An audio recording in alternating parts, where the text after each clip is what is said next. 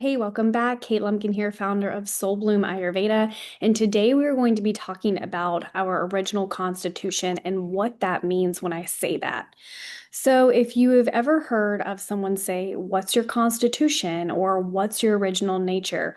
those things are the same. So, you can say one or the other or both. You'll be hearing that a lot in Ayurveda because that is ultimately what we are trying to come back into balance is our original nature. So if you were to Google the word constitution, you will see that it literally means the founding principles. So this is the founding principles of you that make you very uniquely you. It is your innate qualities. It is things that you cannot change about yourself. It is just things that you are born with. And so I like to think of this as well, let me take a step back. In Ayurveda, the theory is that your constitution is created at conception. So when the sperm and the egg meet, that is when your unique constitution is, born. It is created. And then you are, birthed into this world, and there you are. You have your mother and your father's unique energy on top of your own energy, and that creates you. And so when I first heard this, I thought it was a little woo-woo. So everything about me that's, innately me was created at conception. But now that the more that I've been studying Ayurveda and I understand it, it makes so much sense to me. So if you think about it, your parents had certain energy and, everything is energy, right? But at the time of their life, they were living in certain energies that then created that energy came together to create you. And if you think about, the more that you study genetics and epigenetics, we're all coming from our lineage, our illnesses. And if you've ever been to a doctor's office and you write out the form, they're asking about what kind of illnesses are you prone to, were you predisposed to through your parents, both sides of them, because everything is energy and we are created from the energy of our parents. And so, that is creating our unique DNA, which I find is so fascinating because if you think about, two siblings, they're going to be very different people because even though they come from the same parents, the parents' energy is not going to be the same from conception of one child to the next. When I think about myself today, my energy and who I am is very different than who I was 2 years ago or 10 years ago. So it really just depends on the energy that your parents were in at the time of your conception and then what qualities you're going to bring into your life. So I find that really, really fascinating. Um, when we talk about, our constitution, our original nature, it affects our physical body, our mental, emotional body, and then also like the illnesses and the diseases that we can become susceptible to. So if we think about our physical body, the first thing that the Constitution is really affecting, I am naturally a smaller person. I have smaller bones, I have a smaller frame, and no matter how much I wish to have curves, I'm not going to because my original nature, my constitution is naturally a very thin person. And then I think about like Adele, for example. Adele is curvy by nature. She has curves. And no matter how much she works out at the gym and how much she, eats a salad or drinks smoothies, she's never going to be my size and vice versa. Her original nature is to have bigger, thicker bones and just a bigger, body frame. And I think the more that we can understand what our original constitution is, the more that we can accept ourselves for who we are, because those innate qualities of our physical body, we cannot change, just like your eye color, just like your hair color. That is who you are. And then, from your mental and emotional body, this is how you react and you absorb energy that is around you. For me, for example, I have a lot of like a fiery mentality. I'm very driven. I'm very goal oriented. I really like to get things done. I crush a to-do list. That's just who I have always been. Ever since I was a little kid, I was a go-getter, and I still am today. On the flip side, my husband, he loves to relax. He could spend all day on the couch without guilt. He just could relax, kick his feet up. He doesn't want to deal with the to-do lists. And like, it's not because he's unmotivated or lazy. He just loves to chill.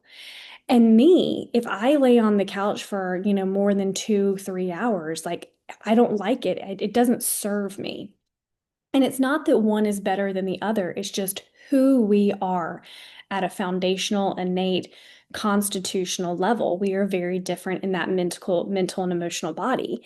This is also, you'll notice some people are quick to reactivity while others internalize things more and they won't really speak their truth or speak their mind. That's because their qualities, their original nature of how they absorb and then react to the energy around them is just fundamentally different. And then when it comes to, what illnesses, disease, or ailments we can be susceptible to, this is where we have to look at the lineage of our parents, cancer, diabetes, thyroid issues, um, autoimmune disorders, things like that. That is where the epigenetic piece can turn on of, yes, that may be in our lineage, but if we live our life out of balance, then we may be more susceptible to that disease. But if we are aware of what has been going on with our parents and the diseases that have been in our family tree, we can live our life in a more balanced way to where we can ward off any of those diseases. Because if, talking about Ayurveda again, this is the science of how to live every single day to prevent disease and to stay in balance. So, by understanding and learning about our individual patterns and just who we naturally are, it's going to help us create more awareness of how we live every single day, more awareness of things that we do that maybe we do because, of we've been taught that way, but they're actually not the best thing for us. But it also creates acceptance. It also allows us to say, you know what, that thing that I wish I could change about myself, it's just who I am. I wish I could be one of those people who on a Sunday could veg all day and watch 5 movies. But I'm just not that person. I want to get my things done to set myself up for success on a Monday. It's just who you innately are.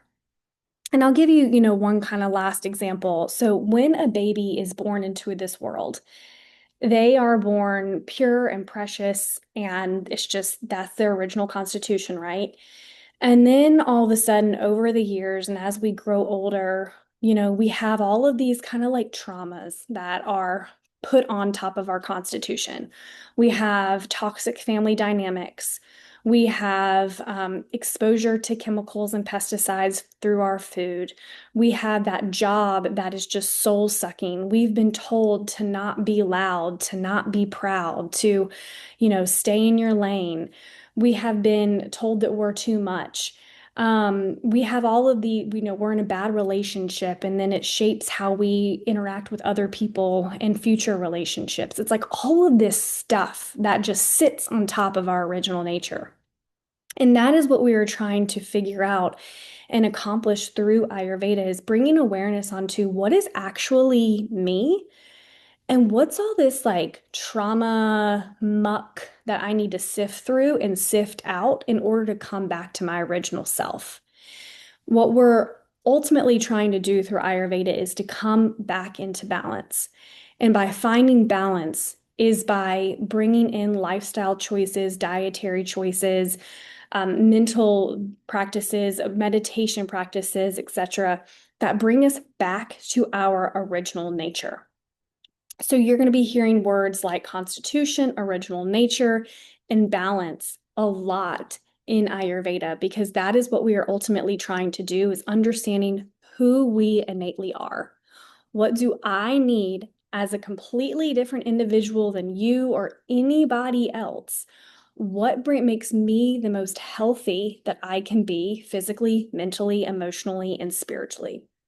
So I hope that you learned something. Maybe take a step back and say, what are some innate qualities within me, within you, that you cannot change? It's not because of a trauma response, it's just who you are. Maybe a part of something with your body, maybe a way that you are either driven, or just like the example of my husband, can be a little bit more like want to chill and just are slower to respond. Like, what are some things that just naturally are a part of you?